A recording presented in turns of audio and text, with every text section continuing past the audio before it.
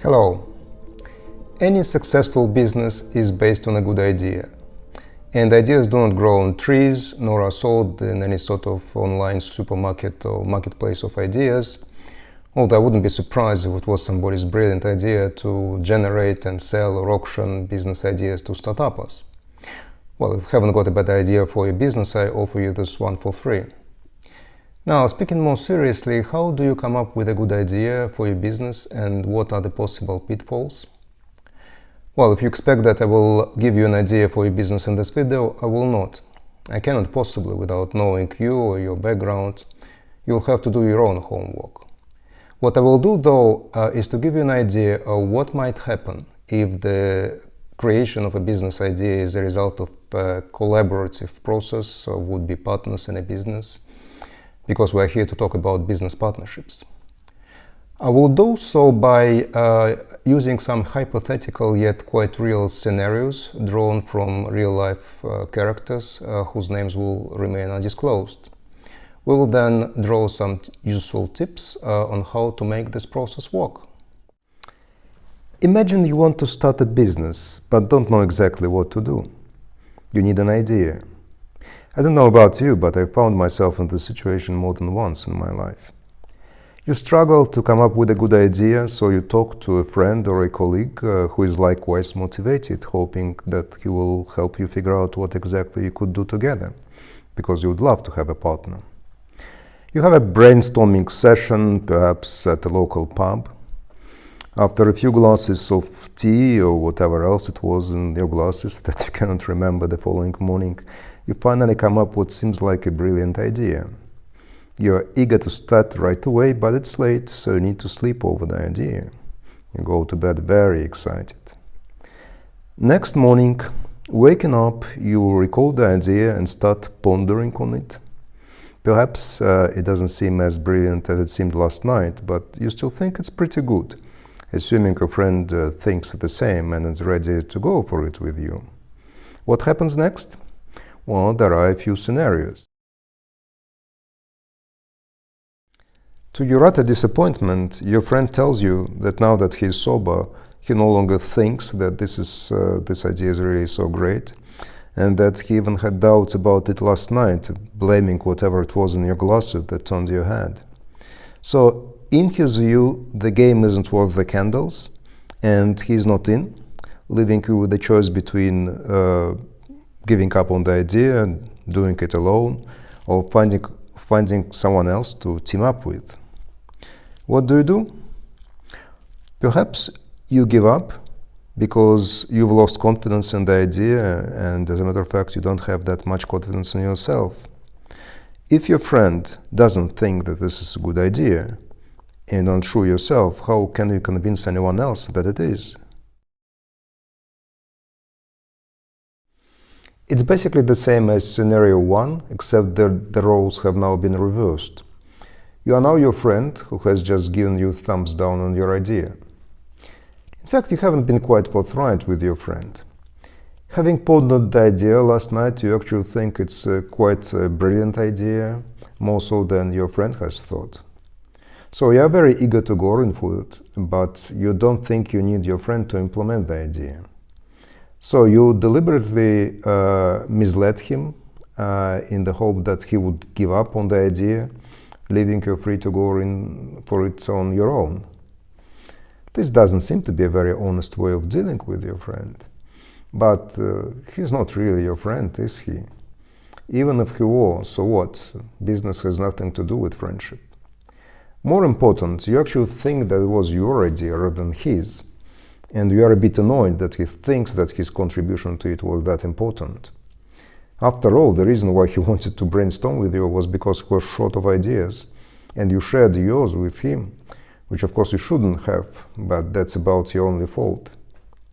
Well, the fact is that the conversation last night was not recorded, so any party can interpret it any way they like. Recollections vary, as one member of the British royal family once famously said. No one can claim the ownership of an idea. So, scenarios 1 and 2 are actually one and the same scenario, just viewed from two different perspectives. There is also a third scenario, in which none of the friends dismisses the idea right away, and you start negotiating, but struggle to agree on key business terms. You keep trying, but as your endeavors continue, your enthusiasm for the idea dwindles to the extent that you're no longer sure you want to go for it, or with this partner at least.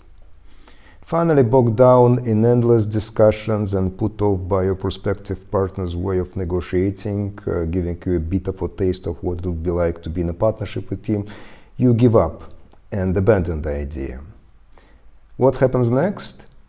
Well, you learn later on that your friend has gone into it on his own, and his business seems to be quite successful without you.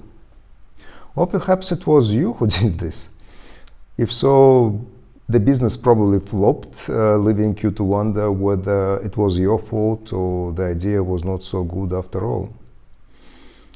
In fact, this is just a variation on the first two scenarios, isn't it? So it seems that all the three scenarios are just variations on one and the same situation.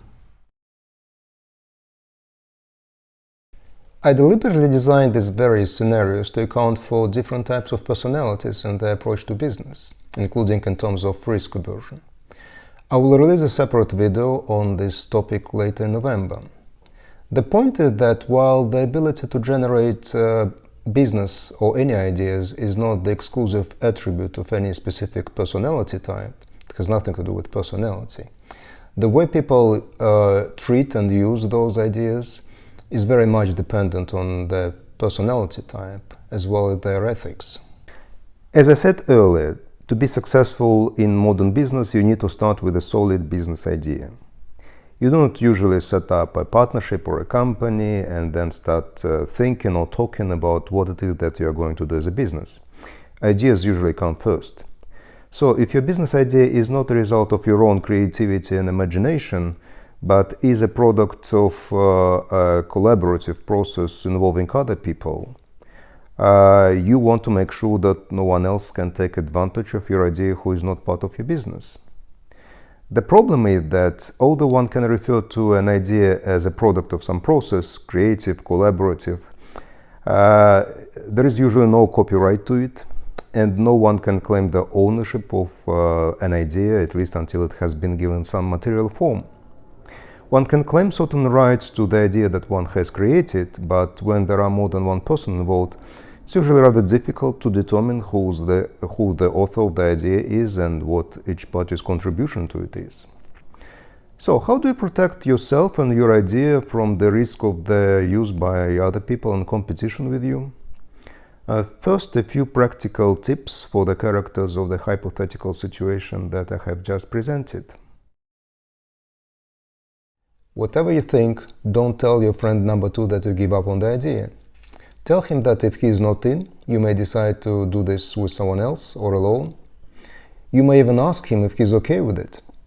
After all, if he thinks that the idea is worthless, he cannot possibly have any claim to it. Saying that does not bind you to anything, leaving open all possible options, including the option of going with friend number two or with somebody else. If you like the idea and are eager to go for it, but are not sure that you want to do it with friend number one, don't tell him that you will not do that or that the idea is rubbish. It can ruin your friendship, if friendship there is, or your business reputation, and reputation counts in business. A better option would be to try to agree on the terms of the partnership and walk away if you fail to do so. After all, you are free to offer any terms you like and you can be compelled to accept any other terms.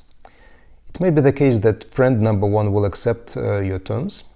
If not, you are free to go on your own with someone else, unless you undertake otherwise.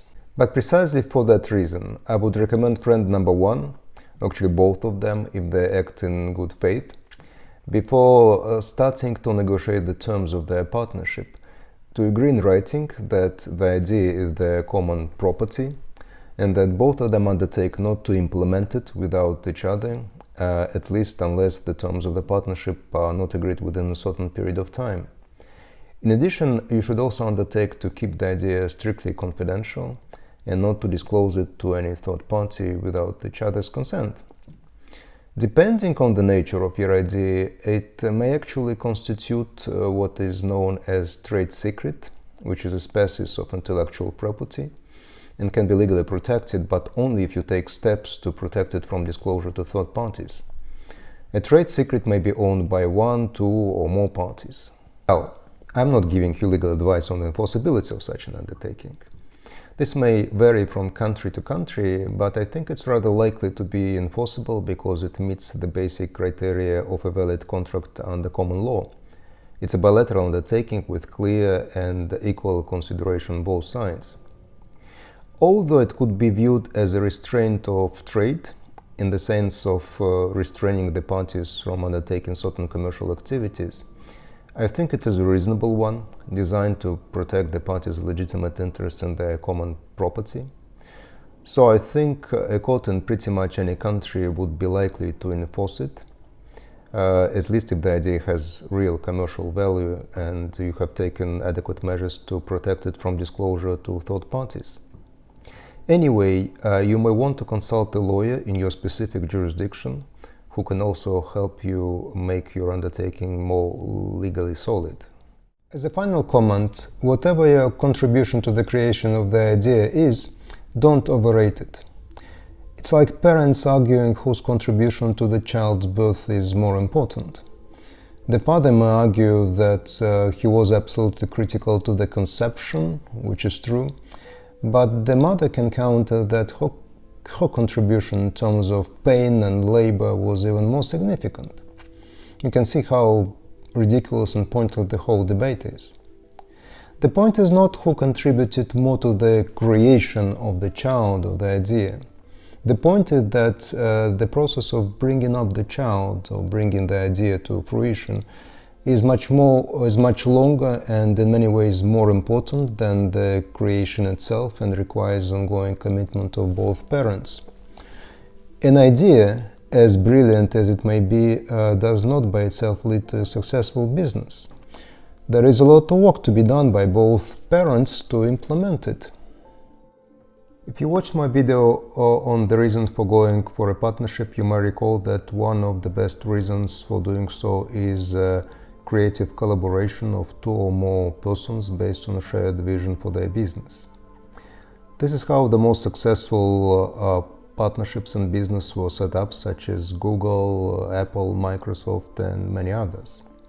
So yes, ideas are important, and ideas are inseparable from those who have conceived them, like children are inseparable from their parents. Sharing ideas is one of the best reasons for forming a partnership. Remembering the opening verse of St. John's Gospel, in the beginning there was the Word, and the Word was with God, and the Word was God. We can say that in the beginning of a business there is the idea, and the idea does not exist by itself, but is part of its creator, be it God or humans. Don't make it an orphan.